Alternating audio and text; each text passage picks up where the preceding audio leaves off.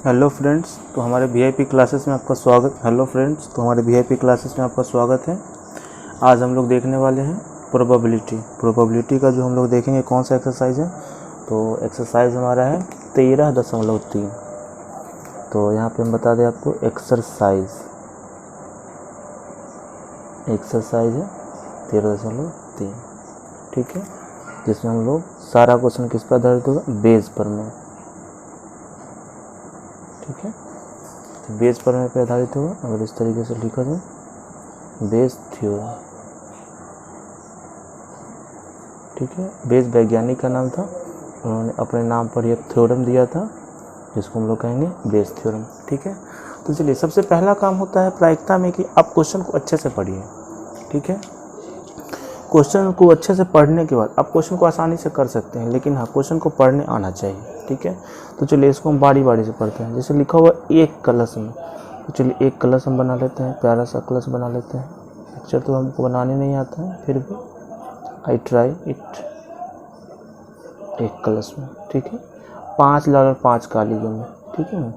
तो चलिए red red red red red, black कितना, 5 ब्लैक होगी।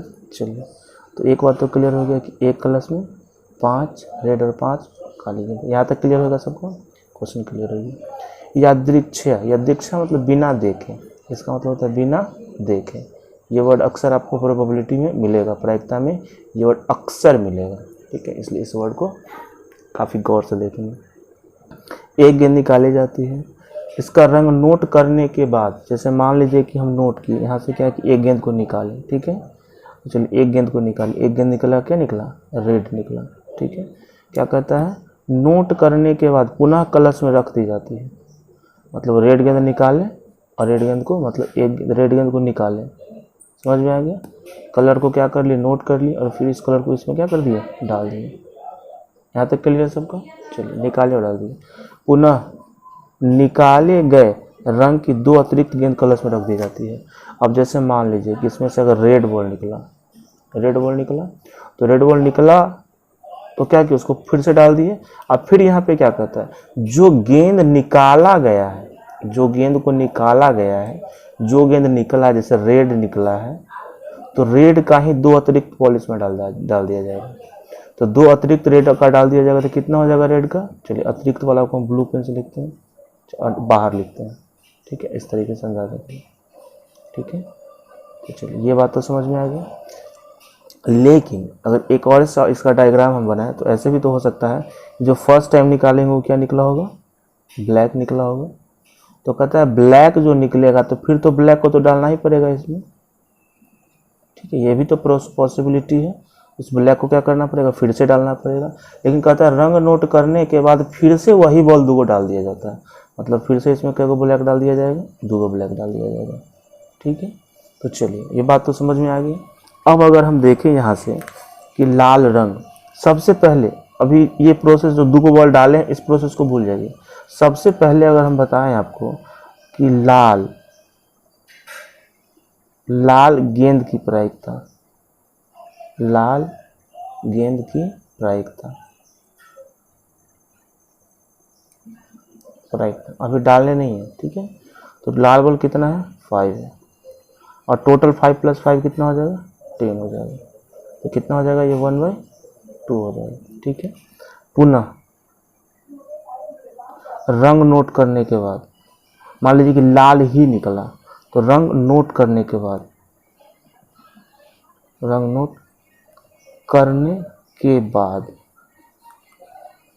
रंग नोट करने के बाद फिर से, तो क्या किया जा रहा है, रंग नोट करने के बाद क्या किया जा रहा है, फिर उसी कलर का 2 गेंद रख दिया जा रहा था। फिर से लाल गेंद का प्रायिकता कितना हो जाएगा, लाल गेंद की प्रायिकता, लाल गेंद की प्रायिकता कितना हो जाएगा। तो अब देखिए, तो 2 रंग नोट करने का 2 गेंद अतिरिक्त, 2 गेंद अतिरिक्त एक्स्ट्रा लिख देते हैं। तो जो रंग निकला उसी का 2 एक्स्ट्रा डाल दिया जाता है। तो लाल निकला तो लाल का डालेंगे, तो लाल कितना था, 5 था, 5 और 2 कितना हो जाएगा। चलिए यहाँ लिखते हैं 5 + 2, आई कितना था, 10 + 2, तो कितना हो जाएगा 7/12। बात समझ में आ गया यहाँ तक। चलिए, लेकिन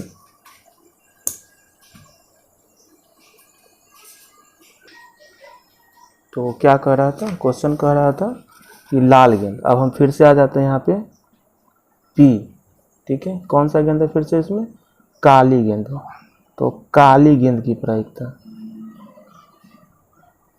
काली गेंद की प्रायिकता,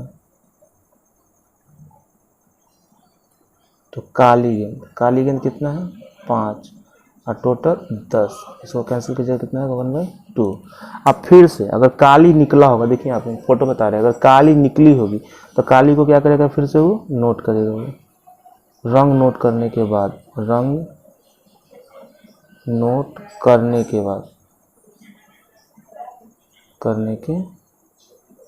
बाद, दो बॉल एक्स्ट्रा डालेगा वो। कौन एक्स्ट्रा डालेगा वो, तो जिस कलर का गेंद निकला है वो बॉल एक्स्ट्रा डालेगा वो।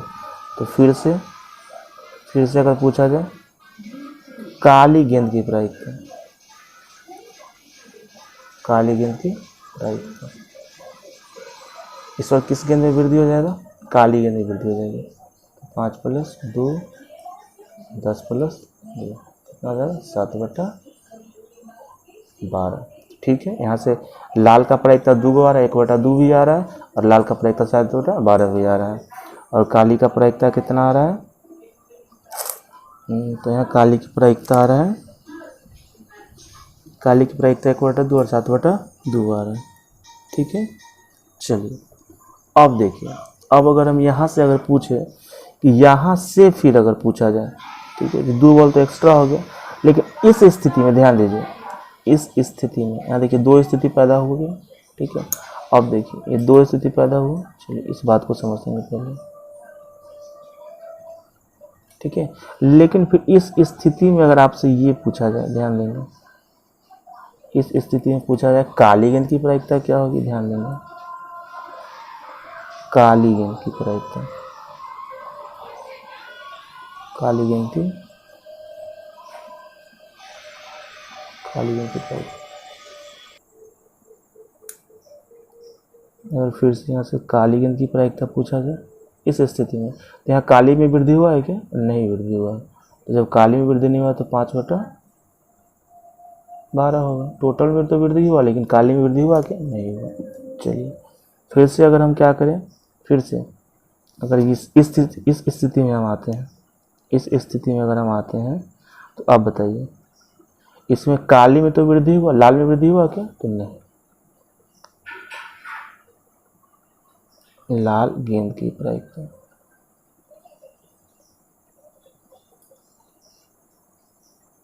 कितना देगा 5/12। तो कितना सिचुएशन निकला, 1/2 7/2 1/2 7/2 5/2 5/2। यहाँ तक क्लियर है। चलिए यहाँ तक अगर आपका क्लियर है, लाल गेंद की प्रायिकता क्लियर है, तो अब क्वेश्चन क्या कहता है, दूसरी निकाली गई लाल होले की प्रायिकता। इसलिए दूसरी निकाली गई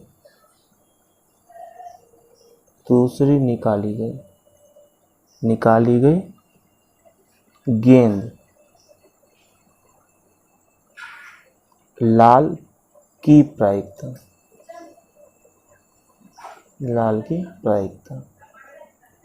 ठीक है। तो बस छोटा सा कैलकुलेशन है, लाल का प्रायिकता 1/2। चलिए, और 7 निकला होगा तो 7 कितना हो गया होगा, 12 हो गया होगा। ठीक है, चलिए अगर लाल का 1/2, अगर लाल नहीं निकला होगा, काली निकला होगा, तो उस स्थिति में लाल का कितना होगा 5/12 ही होगा। चलिए अब इसको सॉल्व कर दीजिए, फाइनल इसका आंसर। अब इसका आंसर आप आसानी से लिख सकते हैं। जैसे दूसरी निकाली गई गेंद क्या होगी, लाल होने की प्रायिकता 1/2, तो निकला होगा तो 7/12। चलिए प्लस 1/2, फिर नहीं निकला होगा तो 5/12। जैसे बता दिए कि वो निकला तो निकला। चलिए यहाँ से क्या करेंगे, 1/2 कॉमन कर लेंगे। 1/2 कॉमन करने के बाद कितना हो जाएगा 7/12 प्लस 5/12। चलिए तो इसको कैंसिल करेंगे तो कितना आ जाएगा, 7 5 12 12 12, मतलब 1/2 गुने 1, 1/2 2 इसका आंसर हो गया। समझ में आ गया क्वेश्चन।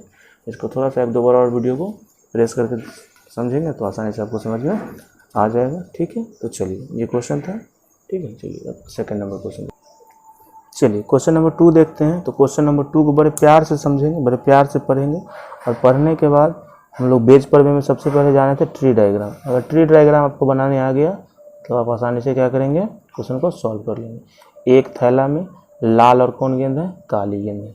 ठीक है, और कितना, एक अन्य थैला है, मतलब यहाँ पे आपको क्या करना पड़ेगा, थैला को मानना पड़ेगा। ठीक है, तो चलिए पहला थैला को आप क्या मान लीजिए, E1 मान लीजिए। पहला थैला को E1, दूसरा थैला को E2 मान लीजिए। 2 ही को थैला है। कितना थैला है, 2 ही थैला है। तो अगर थैला का प्रायिकता अगर आपसे पूछेगा, ठीक है, तो क्या होगा, टोटल थैला 2 है, एक बार में एक ही सिलेक्शन करोगे तो 1/2। चलिए अगर हम लोग दूसरा थैला का प्रायिकता निकालेंगे तो क्या निकलेगा, 1/2 निकलेगा। तो थैला का प्रायिकता मतलब टोटल 2 ही थैला है। जैसे मान लीजिए कि यहाँ पे हम 2 थैला बना रहे हैं, 2 थैला, ये दोनों सेम आकार का है, आंख बंद करके उठाना है थैला, तो क्या चांस है कि यही थैला उठेगा। ठीक है, ये थैला E1 है, ये थैला हमारा E2 है, तो क्या चांस है कि यही थैला उठेगा। तो चांस तो यही है, 1/2 हो सकता है, मतलब 2 बार उठाएंगे तो एक बार पहला थैला उठ सकता है, या टोटल उठाने का जो उठ सकता है टोटल की, मतलब इस तरीके से NS कितना हो जाएगा इसका, तो 2 हो जाएगा, और एक बार में कोई एक ही घटना घटेगा, इसलिए 1/2। इस तरीके से थैला होगी। चलिए अब देखिए, सबसे इसमें इम्पोर्टेंट क्या होता है, वर्ड को लिखना। अगर वर्ड को आप लिख लेते हैं तो सबसे इम्पोर्टेंट वही होता है। जैसे अगर हम एक तरीके से अगर हम लिखें कि पहले, क्या लिखें, पहले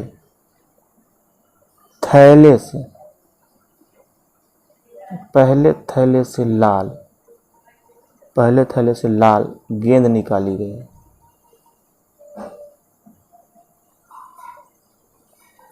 पहले थैले से लाल गेंद निकाली गई। देखिए यहाँ पे क्या लिखा है, पहले थैला, मतलब यहाँ पे देखिए हम ये लिख रहे हैं। सबसे इंपॉर्टेंट हम बता रहे हैं आपको ये लिखने का तरीका। बेस पर्वे में जिसको ये लिखने आ गया वो आसानी से क्वेश्चन को सॉल्व कर लेगा। ठीक है, तो कैसे लिखेंगे, तो देखिए थैला नंबर 1 हमारा E1 है। चलिए समझ में आ रहा है। चलिए पहला थैला से लाल, लाल मतलब R। ठीक है, इसका प्रायिकता हमसे पूछ रहा है, मतलब इतना हिंदी में जो वर्ड लिखा हो, इस हिंदी वाले वर्ड को हम कैसे लिखेंगे प्रायिकता के फॉर्म में, तो हम इसको ऐसे लिखेंगे। समझ में आ गया कि थैला, पहला थैला से लाल निकाला गया है, तो हम लिखेंगे PRY-E1। इसका अगर प्रायिकता आपसे पूछेगा, ठीक है, तो देखिए क्वेश्चन अगर देखा जाए तो पहला थैला में 4 लाल है, तो 4 लाल है तो वेरी गुड, 4 लाल है, अच्छी बात है। 4 लाल 4 काली गेंद, तो टोटल गेंद कितना हो जाएगा, टोटल गेंद कितना हो जाएगा, 8 हो जाएगा। सो कैंसिल करेंगे तो कितना आ जाएगा, 1/2 आ जाएगा। चलिए फिर क्या कहता है, फिर यहाँ पे वही वर्ड है, वर्ड को अगर आपको लिखने आ गया तो क्वेश्चन को आप आसानी से कर सकते हैं। तो चलिए क्वेश्चन देखते हैं। तो दूसरे थैले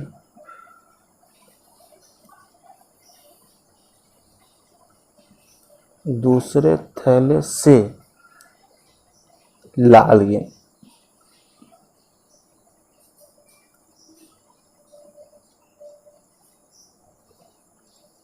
निकाली गई। ठीक है, तो दूसरे थैले से लाल गेंद निकाली, दूसरा थैला मतलब E2, बात को समझना है यहाँ पे। ठीक है, और लाल बल मतलब R। क्या पूछ रहा है, इसका प्रायिकता पूछ रहा है, तो PR लगा देंगे। ठीक है, तो क्या बन जाएगा, PRY-E2।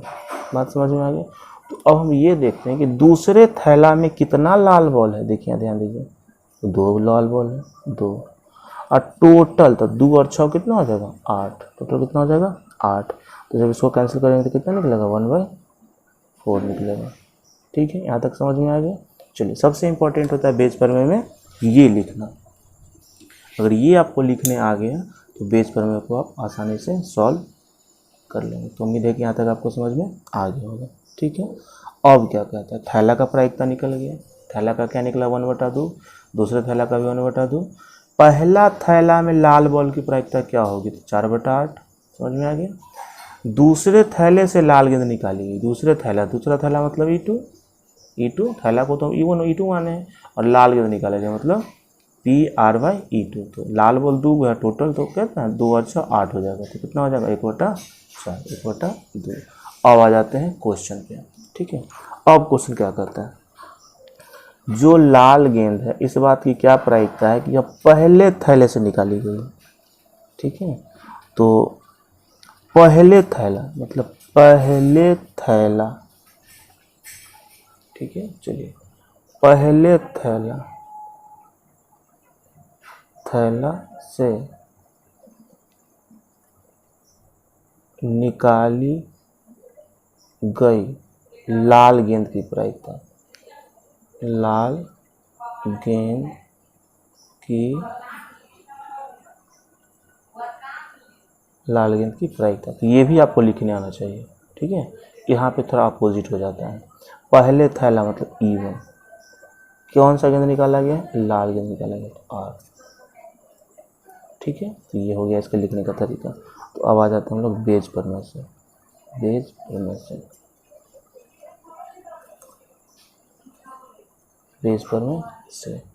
तो बेज पर में क्या करता है, चलिए अब बेस पर में का फॉर्मूला यहाँ पे अप्लाई करेंगे। ठीक है, ध्यान से देखेंगे तो समझ में आ जाएगा आपको, बिल्कुल समझ में आ जाएगा। अब बटा का साइन देंगे, पहला काम तो बटा का साइन हो गया। अब पहला थैला से ही लाल आना चाहिए, तो थैला का प्रायिकता पहले लिखिए 1/2, मतलब अगर इसको फॉर्मूला अगर इसका लिखेंगे तो क्या लिखेंगे, PE मतलब थैला का प्रायिकता, और पहला थैला से लाल तो इसका ये प्रायिकता होता है। ठीक है, और ज़रूरी थोड़ा है कि पहले थैला से लाल है, दूसरा थैला से भी लाल हो सकता है, इसलिए इसका NS जो होगा वो क्या होगा, ध्यान से देखिएगा, इसका NS जो होगा वो ये होगा। अब P छूट गया तो ये पहला थैला से लाल का प्रायिकता हो गया। जरूरी थोड़े पहला थैला दूसरा थैला से भी तो आ सकता है, इसलिए NS में टोटल पॉसिबिलिटी का काउंटिंग होता है। टोटल NS कितना हो सकता है, तो PR/E2। चलिए अब वैल्यू को पुट कर दीजिए, 1/2 इंटू इसका वैल्यू कितना है, तो E1 पहला का है 1/2, अगर इसका देखा जाए तो इसका भी कितना है 1/2 प्लस E2 का वैल्यू कितना है, E2 का तो 1/2 है, इसका पॉसिबिलिटी कितना है, इसका कितना 1/4 है। ठीक है, अब इसको आप सॉल्व करेंगे तो एक रिजल्ट आएगा, वो क्या आएगा 1/4, 2 × 4 आ जाएगा, E कितना आ जाएगा 1/4 आ जाएगा, प्लस E कितना आ जाएगा 1/8 हो जाएगा। ठीक है, चलिए अब इसको अगर आप सॉल्व कर देते हैं तो आपका आंसर, इसका आंसर क्या होगा, चलिए यहाँ पे सॉल्व करते हैं इसको, तो चलिए दिख रहा होगा, उम्मीद है कि आपको दिख रहा होगा। तो चलिए 1/4 और 4 8 कैल्शियम 8 हो जाएगा, 2 प्लस कितना होगा 1। चलिए इसको इससे कैंसिल कर दीजिए, तो कितना जाएगा 2/3। तो ये हमारा दूसरा क्वेश्चन का जो आंसर होगा वो कितना होगा 2/3। ठीक, तो चलिए उम्मीद है कि समझ में आपको आ गया होगा। ऐसे क्वेश्चन को बनाने के लिए सबसे पहले क्या करेंगे, थैला कितना है। ठीक है, 2 थैला था इसलिए 1/2, 3 थैला होता तो 1/3 करते।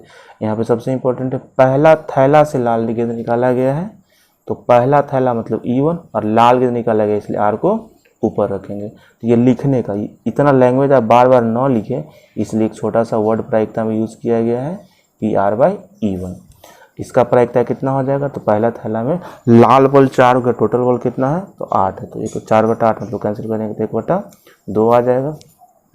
दूसरे थैले से तो फिर कितना हो जाएगा E2 हो जाएगा, और दूसरा थैला से क्या निकाला गया, लाल निकाला गया, तो E2/R हो जाएगा, मतलब R/E2 हो जाएगा। फिर इसका प्रायिकता निकालेंगे तो लाल कितना है 2 है, क्वेश्चन को पढ़ेंगे तो लाल कितना है 2 है, और टोटल कितना है तो 8 है, तो 1/8 हो जाएगा। अब देखिए जो आपसे पूछ रहा है, मतलब ये वर्ड यहाँ पर भी एक वर्ड सबसे ज़्यादा इंपॉर्टेंट होता है, पहला थैला से निकाली गई लाल गेंद की प्रायिकता। तो क्या हो जाएगा ई पहला थैला, मतलब यहाँ पे जब प्रायिकता पूछ रहा हो तो अब थैला ऊपर लिखेंगे, ठीक है, जो आपसे पूछ रहा हो उस स्थिति में। और कौन सा गेंद निकलना चाहिए, तो लाल ही निकलना चाहिए, तो थैला बटा लाल हो जाएगा। और बेज प्रमेय का थ्योरम आपको हम पढ़ा चुके हैं, तो फार्मूला हम लोग क्या करेंगे, यहाँ पे ये फार्मूला यूज़ कर लेंगे। और फार्मूला यूज़ करने के बाद हमको सारा वैल्यू पता है, सारा वैल्यू हम क्या कर लिए, आसानी से निकाल लिए। तो सारा वैल्यू हमारा निकल गया, तो क्या किया, वैल्यू को पुट कर दिया। और वैल्यू को पुट करने के बाद हमारा एक रिजल्ट आया, जो रिजल्ट आपको दिख रहा है, जो रिजल्ट क्या है 2/3। तो चलिए क्वेश्चन नंबर 2 हमारा क्या हो गया, कंप्लीट। चलिए क्वेश्चन नंबर 3 देखते हैं। तो कहता है यह ज्ञात है कि एक महाविद्यालय के छात्रों में से 60% छात्रावास में रहते हैं, ठीक है, मतलब टोटल 100% स्टूडेंट, ठीक है, टोटल 100% स्टूडेंट, ठीक है। तो चलिए जो छात्रावास में रहते हैं, छात्रावास, जो छात्रावास में रहते हैं इसको हम लोग क्या मान लेते हैं, E1 मान लेते हैं, ठीक है। जैसे बेस प्रमेय का रूल ही कहता है कि आप E1 E2 मान लीजिए, आसानी से हो जाएगा। चलिए फिर क्या कहता है, और 40% छात्रावास में नहीं रहते हैं। तो चलिए छात्रावास, छात्रावास में नहीं रहते हैं, क्या मानेंगे इसको, E2 मान लेंगे। बात क्लियर है यहाँ पे। चलिए तो अगर आपसे ये पूछा जाए कि इसका प्रायिकता क्या है, तो 60%। क्वेश्चन साफ कह रहा है कि जो छात्रावास में रहता है वो कितना है, 60% है, ठीक है। तो 60% का मतलब आप समझते हैं 60/100 होता है, 60/100 होता है। अगर इसको आप रिड्यूस करेंगे तो रिड्यूस करके क्या लिख सकते हैं, 3/5 लिख सकते हैं। कितना लिख सकते हैं इसको, रिड्यूस करके 3/5 लिख सकते हैं। चलिए अब कहता है छात्रावास में 40% स्टूडेंट छात्रावास में नहीं रहते हैं, तो 40% को आप रिड्यूस करके क्या लिख सकते हैं, 2/5 लिख सकते हैं। तो जो छात्रावास में रहता है उसका परसेंटेज कितना है, तो 3/5 है, मतलब 5 में 3 छात्रावास में रहता है, और छात्रावास में नहीं रहता तो 5 में 2 छात्रावास में नहीं रहता है, सीधा बात है, निकल गया। तो चलिए अब देखिए, अब आते हैं, अब क्वेश्चन में दम आ गया है, ठीक है। अब क्वेश्चन क्या कहता है, क्वेश्चन कहता है पूर्ववर्ती वर्ष के परिणाम सूचित करते हैं कि छात्रावास में रहने वाले छात्रों में 30%, मतलब रहने छात्रावास में रहने वाले, ठीक है। अगर इसको भाषा में लिखा जाए तो आप भाषा में लिखेंगे तो वैसे भी लिख सकते हैं। तो छात्रावास में रहने वाले, छात्रावास में रहने वाले, तो हॉस्टल, छात्रावास मतलब छात्रावास में रहने वाला, ठीक है। तो छात्रावास में रहने वाला, ठीक है। अब इसको E1 ज़्यादा अच्छा रहेगा, इसको आप E1, छात्रावास में रहने वाला को E मान लेते हैं, E/E1।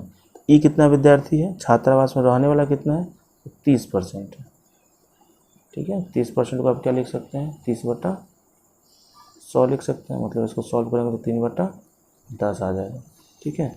फिर क्या कहता है, अगर क्वेश्चन देखा जाए तो छात्रावास में न रहने वाले, छात्रावास में न रहने वाले मतलब जो छात्रावास में हॉस्टल में नहीं रहता था, तो नहीं रहता था मतलब E2। चलिए E कितना बच्चा है, 20%, कितना परसेंट है, 20%, 20/100, इसको ब्रेक करेंगे तो कितना, 1/5, ठीक है। तो बेस प्रमेय के लिए क्या क्या चाहिए था हमको, PE1 चाहिए था, PE2 चाहिए था, मतलब EY1 EY2 चाहिए था, ठीक है। यहाँ तक तो क्लियर हो गया। अब क्वेश्चन क्या कहता है, चलिए पहले यहाँ पे बेस प्रमेय को प्रयोग करना है, बेस प्रमेय, बेस प्रमेय से, बेस प्रमेय से। अब क्वेश्चन कहता है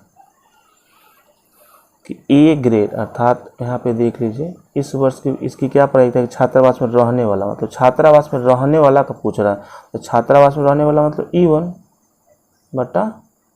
E1/E, छात्रावास में रहने वाला, ठीक है। तो इसका हो जाएगा PE1 इंटू PEY1, ठीक है। चलिए फिर जो यहाँ लिखा था वही यहाँ लिखा था, ठीक है। तो इसके लिए लिखने में ज़्यादा दिमाग ना अप्लाई करेंगे, डायरेक्ट लिख देंगे, और E2, यहाँ प्लस का साइन देंगे, क्योंकि ये तो क्लियर नहीं है कि छात्रावास में रहता है कि नहीं रहता है। इसके लिए हम लोग फिर फॉर्मूला अप्लाई करेंगे, P/E2, ठीक है। और इस तरीके से यहाँ पे वैल्यू पुट कर देंगे तो क्या हो जाएगा, P/E, यहाँ पे E1 होगा, ठीक है, सॉरी, और यहाँ पे क्या हो जाएगा, E2 हो जाएगा। वैल्यू पुट कर दिए। चलिए वैल्यू आप पुट करेंगे, सॉल्व कर देंगे।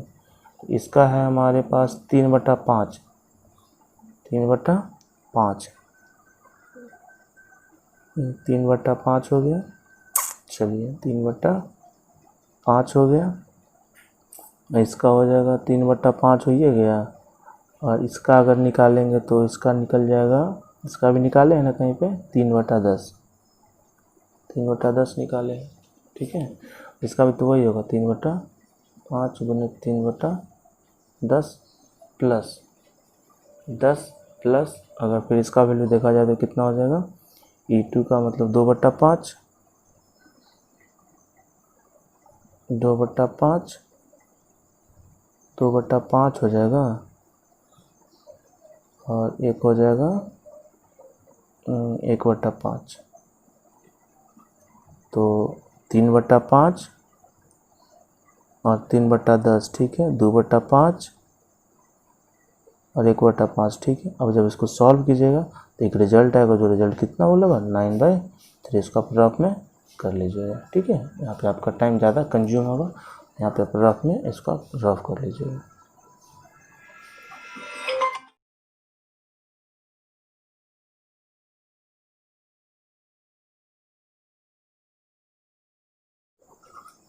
ठीक है, चलिए अब क्वेश्चन नंबर 4 देखते हैं। क्वेश्चन नंबर 4 क्या कहता है, तो एक बहुविकल्पी प्रश्न का उत्तर है, ठीक है। तो चलिए सबसे पहले हम लोग क्या कर लेते हैं कि क्वेश्चन को पहले डीप से पढ़ लेते हैं। तो एक बहुविकल्पी प्रश्न का उत्तर देने में एक विद्यार्थी या तो प्रश्न का उत्तर जानता है, ठीक है, या वो अनुमान लगाता है। तो यहाँ चांस क्या है, या तो दो ही, मतलब दो ही आता है। हम लोग के अंदर भी दो ही चीज़ें, हम लोग भी एग्ज़ाम देते हैं, ऑब्जेक्टिव का एग्ज़ाम देते हैं, तो हम भी दो ही काम करते हैं, या तो अनुमान लगाते हैं या प्रश्न का उत्तर जानते हैं। तो चलिए मान लीजिए कि उत्तर जानने की प्रायिकता 3/4 है, ठीक है। तो चलिए जानने की, उत्तर जानना, ठीक है, उत्तर जानना को हम लोग क्या E1 ले लेते हैं, ठीक है, उत्तर जानना को E1 ले लेते हैं। तो चलिए अगर P/E1 लिखना होगा, तो P/E1 लिखना होगा तो क्या, उत्तर जानने की प्रायिकता कितना दिया हुआ है, 3/4 दिया हुआ है, 3/4। उत्तर अनुमान लगाता है, उत्तर अनुमान, अनुमान, उत्तर का अनुमान लगाना मतलब E2, उत्तर का अनुमान लगाता है, उत्तर का अनुमान लगाता है। इसका मतलब क्या है, अनुमान लगाने की प्रायिकता कितना, 1/4। तो एक बात तो क्लियर हो गया कि बेस पर में हमको जो चीज़ चाहिए वो चीज़ हम लोग धीरे धीरे क्या कर लेते हैं, क्वेश्चन से छांट लेते हैं, ठीक है। चलिए अब क्वेश्चन क्या कहता है, फिर कहता है कि मान ले कि छात्र के प्रश्न उत्तर का अनुमान लगाने पर सही उत्तर देने की प्रायिकता, प्रश्न में सही उत्तर वो दे देगा वो, ठीक है। तो चलिए अगर एक ही सवाल है, एक ही सवाल का जवाब अगर वो सही दे दे, ठीक है। तो अगर मान लीजिए ई घटना उत्तर जानने की विद्यार्थी E2 घटना उत्तर जानने अनुमान लगाने वाले विद्यार्थी को निरूपित करता है, E1 तथा E2 परस्पर अपवर्जी घटना होगा, बिल्कुल अपवर्जी होगा, दोनों एक दूसरे से मैच नहीं कर सकता है। तो मान लीजिए कि ई जो है उत्तर सही है, तो निरूपित कर रहा है छात्र के प्रश्न को उत्तर देने की प्रायिकता क्या होगी, तो उस स्थिति में उत्तर देने की प्रायिकता कितना हो जाएगी, 1 हो जाएगी। तो चलिए P/E भाई उत्तर जानता है, उत्तर जानता है मतलब जो भी प्रश्न है उसका उत्तर जानता है, मतलब परफेक्ट हो गया। मान लीजिए 5 क्वेश्चन का एग्जाम हो रहा है, पाँचों का उत्तर आप जान रहे हैं, तो 5/5 कितना हो जाएगा, 1 हो जाएगा। चलिए फिर क्या कहता है, फिर कहता है कि तथा छात्र के प्रश्न का उत्तर अनुमान लगाने पर सही उत्तर देने की प्रायिकता दिया हुआ है, मतलब अनुमान लगाने पर, अनुमान लगाने पर, अनुमान लगाने पर मतलब E2, ठीक है। अनुमान लगाने पर उसको क्या होता है, 1/4 दिया हुआ, 1/4 दिया हुआ। तो यहाँ तक क्लियर हो गया। चलिए अब यहाँ पे क्या कर देंगे, बेज पर में लगा देंगे, बेज पर में लगा के इसको आप आसानी से क्या कर लेंगे, इसको आप सॉल्व कर लेंगे। बेज पर में से, तो बेज पर में से क्या हो जाएगा, तो बेज पर में से क्या पूछ रहे हैं, वो सही उत्तर दिया होगा, मतलब सही उत्तर मतलब उत्तर जानने वाला, तो जानने वाला हो जाएगा ई, उत्तर जानने वाला। ये बात समझ में आ गया, तो लिखेंगे पी ई, बेज पर में से पी ई बाई, सॉरी ई यहाँ पे उल्टा हो जाएगा, मतलब इसका अपोजिट इधर होता है, बस इसी बात को आप याद रखेंगे, ज़्यादा ध्यान नहीं, दिमाग नहीं लगाना है, कभी कभी ज़्यादा दिमाग नुकसानदायक हो जाता है।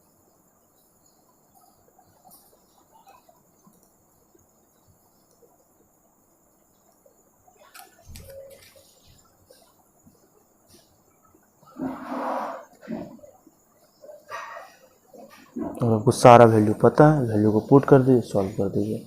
तो पी ई वन तो कितना है, 1 है, 1 इंटू इसका वैल्यू कितना निकाले हैं, सॉरी इसका वैल्यू निकाले हैं 3/4, 3/4, इसका वैल्यू 1, इसका वैल्यू 1 है, तो इसका तो वही हो जाएगा 3/4 इंटू 1 प्लस E2 का वैल्यू कितना है 1/4, 4 इंटू 1/4 इंटू इसका वैल्यू कितना है 1/4, 1/4, तो इसका भी कितना हो जाएगा 1/4 हो जाएगा। ठीक है, बाकी इसको आप रफ में सॉल्व कर लीजिएगा, रफ में सॉल्व करने के बाद इसका एक आंसर आएगा, तो इसका जो आंसर आएगा वो कितना आएगा 12/13 आएगा। ठीक है, इसको आप रफ में सॉल्व कर लेंगे, वीडियो बड़ा हो जाए इसलिए हम सोच रहे हैं कि आपको हम एक इक्वेशन दे दें, जिस इक्वेशन को आप क्या कर सके, घर पर आसानी से सॉल्व कर सके, कुछ दिमाग अपना भी अप्लाई करना ज़रूरी है। तो चलिए हम लोग क्वेश्चन नंबर 5 देखते हैं। चलिए इस क्वेश्चन को पढ़ते हैं। तो ये क्वेश्चन क्या है, इस क्वेश्चन में भी थोड़ा दम है। ठीक है, जैसे कोरोना चल रहा है ना, तो उसी कोरोना टाइप का ये क्वेश्चन है। ठीक है, इसमें हम लोग जानेंगे इसके बारे में विशेष रूप से, थोड़ा डिटेल्स में इसको समझेंगे। किसी विशेष रोग के सही निदान के लिए रक्त की जांच 99% असरदार है जब वास्तव में रोगी उस रोग से ग्रस्त होता है। असरदार है मतलब इसका मतलब क्या हुआ कि जब वास्तव में रोगी उस रोग से ग्रस्त है, किंतु इतना बार देखा गया कि वह किसी स्वस्थ व्यक्ति का रक्त जांच करने पर निदान गलत रिपोर्ट देता है, यानी व्यक्ति के रोग के ग्रस्त को बतलाता है। यदि वह व्यक्ति जन समुदाय में 0.1 लोग उस रोग से ग्रसित है, तो क्या प्रायिकता है कि कोई यादृच्छिक चुना गया था उस रोग से ग्रस्त होगा या नहीं होगा। थी कोरोना टाइप का क्वेश्चन है ये, तो इसमें सबसे इम्पोर्टेंट हो जाता है पॉइंट्स को निकालना। ठीक है, तो चलिए हम पॉइंट्स को निकालेंगे, आपके सामने निकालेंगे, आप देखिएगा कैसे निकालते हैं इसमें। ठीक है, तो यहाँ पे दिया हुआ है कि अगर हम लोग इस तरीके से लिखें PE1, देखिए यहाँ पे ये देखिए ये पॉइंट को हम कैच कर रहे हैं, ग्रस्त है, मतलब एक चीज़ निश्चित दे दिया कि पूरे मोहल्ला में इतना % लोग जो है वो ग्रस्त है।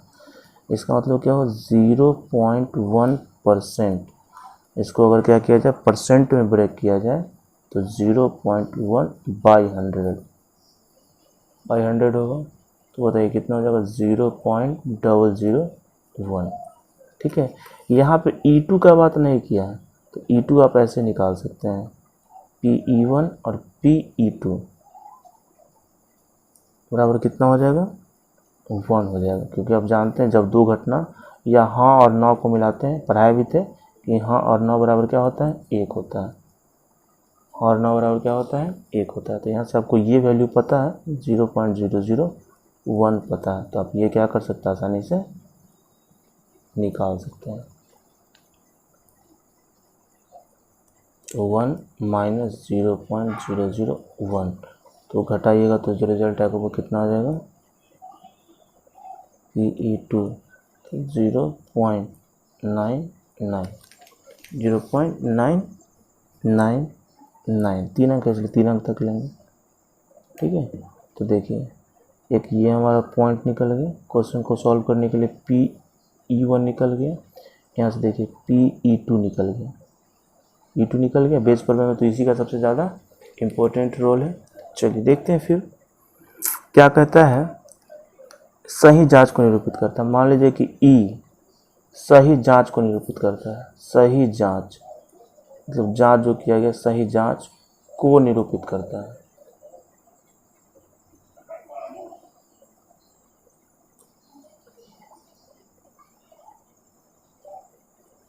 सही जांच को निरूपित करता है, तो चलिए, तो पहला E1 था, तो E1 सही जांच को निरूपित करता है।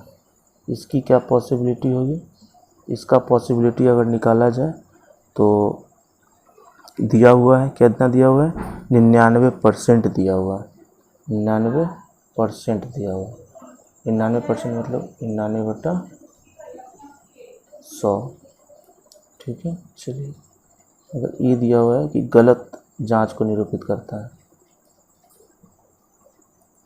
तो ये कितना हो जाएगा 0.05, 0.05, इसको लिखेंगे तो 0.0005। क्लियर है यहाँ तक? उम्मीद है कि यहाँ तक अब क्लियर हो गया होगा, ठीक है। गर्मी बहुत बढ़ गया है लेकिन ठीक है। तो चलिए बेस पर मैं प्रयोग करते हैं, बेस प्रमेय से,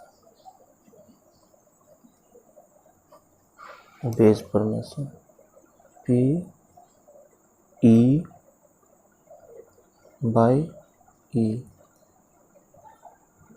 ठीक है, PE1 PE/E2,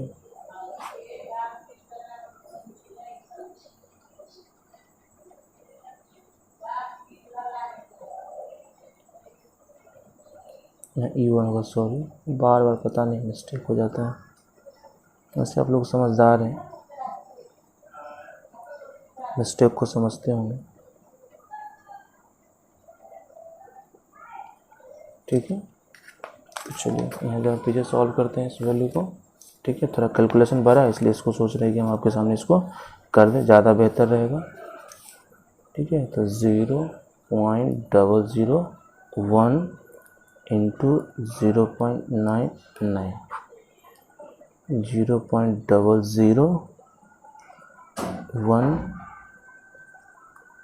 into 0.99 plus 0.999 into 0.005, ठीक है। पीछे वैल्यू मैच कर लीजिएगा। जब इसको हम सॉल्व करेंगे तो रिजल्ट हमारा क्या आएगा वो देखते हैं। तो जब इसको सॉल्व करेंगे तो देखिए आएगा 0.0003099, ठीक है, क्योंकि दशमलव का 2 और दशमलव का 3, तो दशमलव का 5 होना चाहिए, 5 हो गया। चलिए अगर इसको सॉल्व गुना करेंगे तो 0.099 प्लस फिर इसको मल्टीप्लाई करेंगे तो आपका रिजल्ट कितना आएगा 0.0049995, ठीक है। बाकी इसको ऐड कीजिए। क्वेश्चन बड़ा था इसलिए सोचे हम सॉल्व कर दें, आप भी कर सकते हैं, कोई बहुत बड़ा चीज़ नहीं है। 0.005985, अगर डेसिमल को काटते हैं, ठीक है, अगर इस तरीके से इसको आप सॉल्व करते हैं तो इसका रिजल्ट आ जाएगा 9905, ठीक है। अगर इसको और भी काटते हैं, अगर 11 के पावर से कट जाएगा ये 110, ये हो जाएगा 665, फिर इसको काटा जा सकता है 2 मतलब 22/133। तो आज की क्लास में आज के क्लास में 1 to 5 प्रश्न हल हुआ। बहुत जल्द एक और वीडियो लेंगे जिसमें आपको हम पूरा एक्सरसाइज कवर कर देंगे। Thank you for watching. और अभी तक अगर आपने मेरे VIP क्लासेस को सब्सक्राइब नहीं किया, सब्सक्राइब कर दें, सब्सक्राइब कर दें। Thank you for watching. चलिए मिलते हैं फिर नेक्स्ट वीडियो में।